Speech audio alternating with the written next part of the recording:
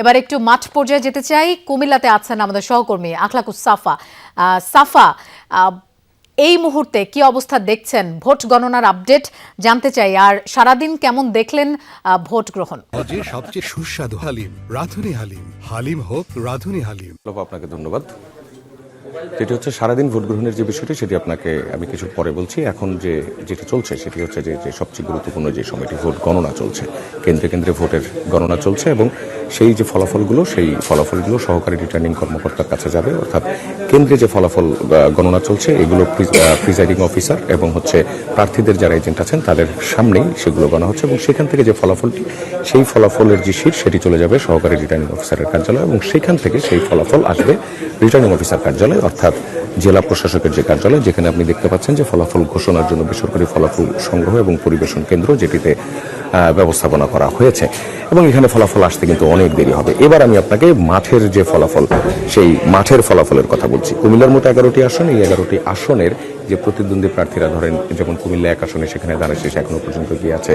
কুমিল্লা 2 আসনে বিএনপির 2 জন বিদ্রোহী প্রার্থী এবং সেই 2 জন বিদ্রোহী প্রার্থীর যে ভোটগুলো, সেগুলো ভাগ হয়ে গেছে। সেখানে জামাত কিছুটা এগিয়ে আছে। এখনো পর্যন্ত যে 1টা 2টা অথবা 4টা 5টা কেন্দ্রের ফলাফল আমরা, বেসরকারি যে ফলাফলগুলো আমরা পাচ্ছি, সেই ফলাফলগুলো কুমিল্লা 4 আসনে যেমন শাপলাকলির হাসনাত আবদুল্লাহ, তার কিন্তু শেষ সময়ে এসে তার যিনি প্রতিদ্বন্দ্বী প্রার্থী, ট্রাক মার্কায় যিনি নির্বাচন করছেন গণ অধিকার পরিষদের, যাকে পরবর্তীতে বিএনপি সমর্থন দিয়েছিল, তিনি কিন্তু নির্বাচন থেকে শেষ মুহূর্তে অনিয়মের অভিযোগে তিনি সরে দাঁড়িয়েছেন। সেই জায়গা থেকে হাসনাত আবদুল্লাহ কিন্তু এখন অনেকটাই এগিয়ে আছেন।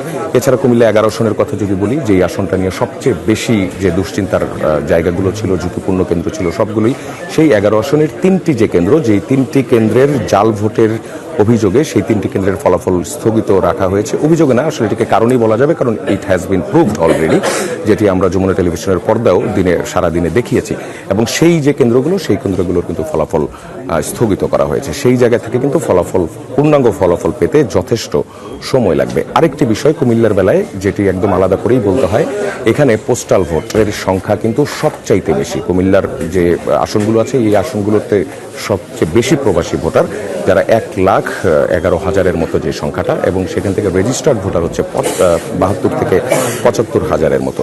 এই যে পোস্টাল ব্যালট যেগুলো, সেই পোস্টাল ব্যালটগুলো আছে সহকারী রিটার্নিং অফিসারের কার্যালয়ে, এবং যখন এগুলো রিটার্নিং অফিসার কার্যালয়, অর্থাৎ আমরা এখন যেখানে আছি, এখানে যখন ফলাফলগুলো নিয়ে আসা হবে, সেই ফলাফলগুলোর সঙ্গে তখন যে পোস্টাল ভোটের ফলাফলগুলো, সেই ফলাফলগুলো যোগ করে পূর্ণাঙ্গ যে ফলাফল, চূড়ান্ত যে ফলাফল, অর্থাৎ বেসরকারি ফলাফল, সেটি এখান থেকে ঘোষণা করা হবে।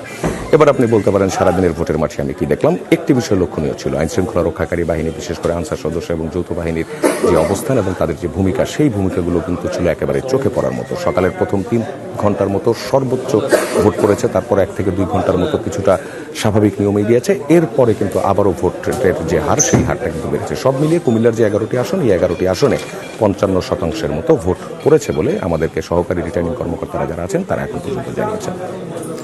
সাফা, আসলে দুপুরবেলা খুব স্বাভাবিকভাবেই ভোটার উপস্থিতি কম থাকে। ধন্যবাদ আমাদের সাথে যোগ দেওয়ার জন্য।